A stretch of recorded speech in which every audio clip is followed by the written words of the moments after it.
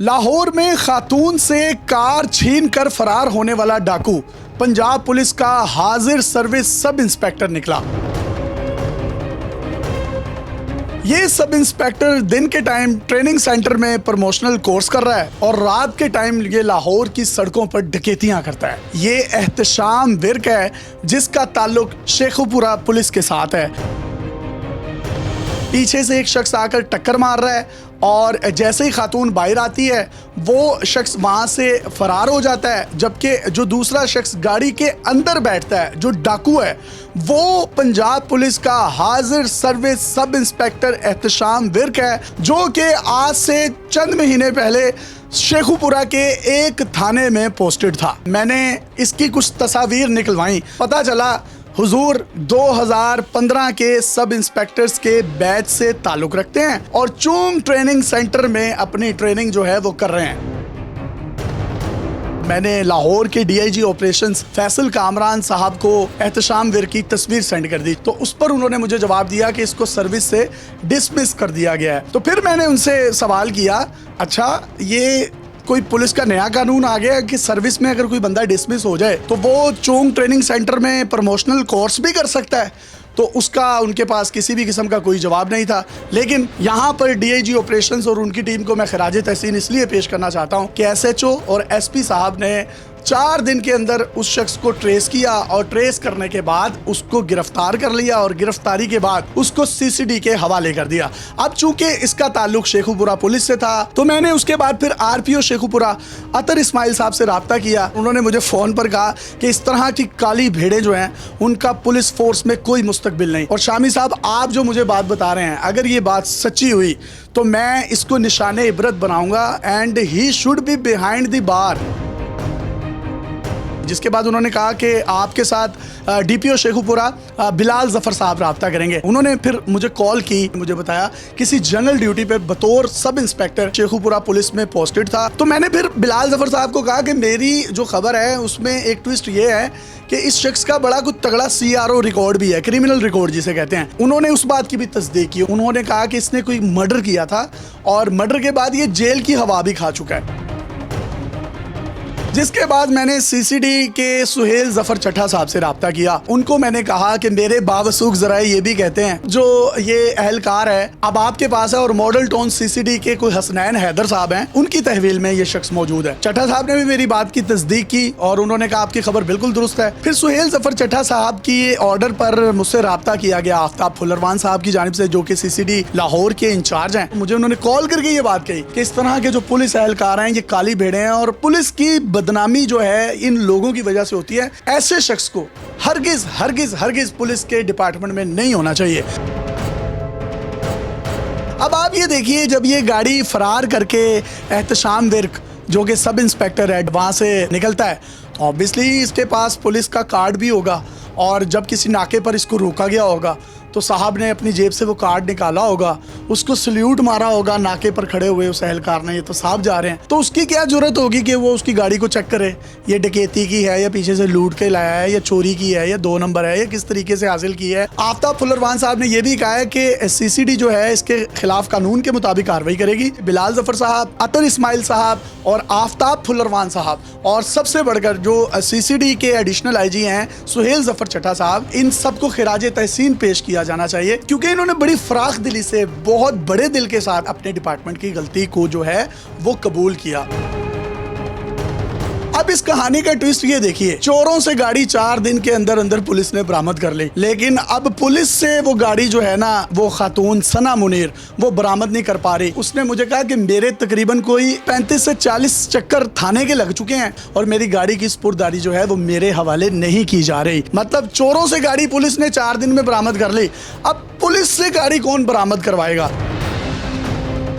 अभी तक उस सब इंस्पेक्टर एहतशाम विर्क की जो शनाख्त परेड है पुलिस ने लड़की को नहीं करवाई, बल्कि वो शख्स जो कि टक्कर मार रहा है इस गाड़ी को और वहां से फरार हो गया है उसकी जेल में ले जाकर उसकी शनाख्त परेड करवा दी गई है।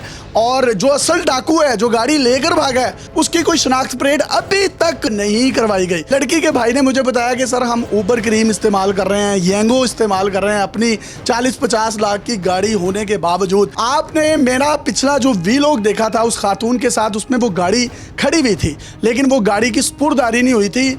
मुझसे पुलिस वालों ने ये कमिटमेंट की थी कि इसको ये 6 अक्टूबर को इसके हवाले कर देंगे, इसकी कोई शनाख्त परेड है। लेकिन अब ये कहा जा रहा है कि वो 6 तारीख को भी उसको गाड़ी नहीं मिली, और इस बात की तस्दीक मैंने उस लड़की के भाई से की है जिसकी वो गाड़ी थी।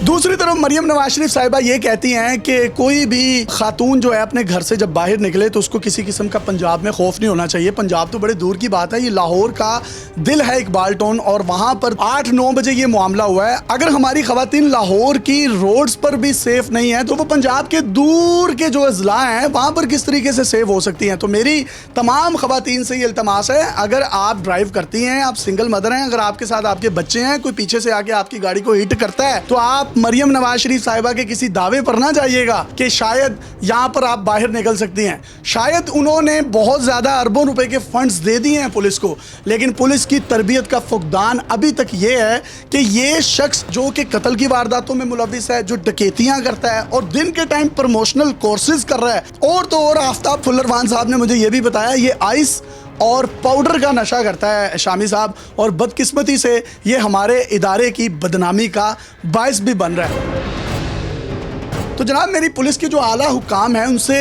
ये मैं सवाल कर सकता हूँ जान की अमान पाऊँ तो, कि क्या आप लोग इनके कोई टेस्ट करवाते हैं मेडिकल के कि कितने एहलकार ड्रग्स लेते हैं, कितने अफसरान ड्रग्स लेते हैं? यकीनन इसका किसी भी किस्म का कोई टेस्ट नहीं होता होगा। अगर होता भी होगा तो उसको बलाए ताक रखते हुए इनको दोबारा अच्छे अच्छे ओहदों पर बहाल कर दिया जाता है। और वो पुलिस ट्रिब्यूनल सर्विस जिसने इसको बहाल किया, मेरा उससे भी सवाल है, और जिस ट्रेनिंग सेंटर में ये प्रमोशनल कोर्स कर रहा है दिन के टाइम और रात के टाइम लाहौर की सड़कों पर दंदनाता हुआ ये डकैतियां कर रहा है, तो इसका जवाब कौन देगा? चोरां दाते कम में होना लुटना है, लुट लैन पहरेदार ते पीढ़ी पहनती है।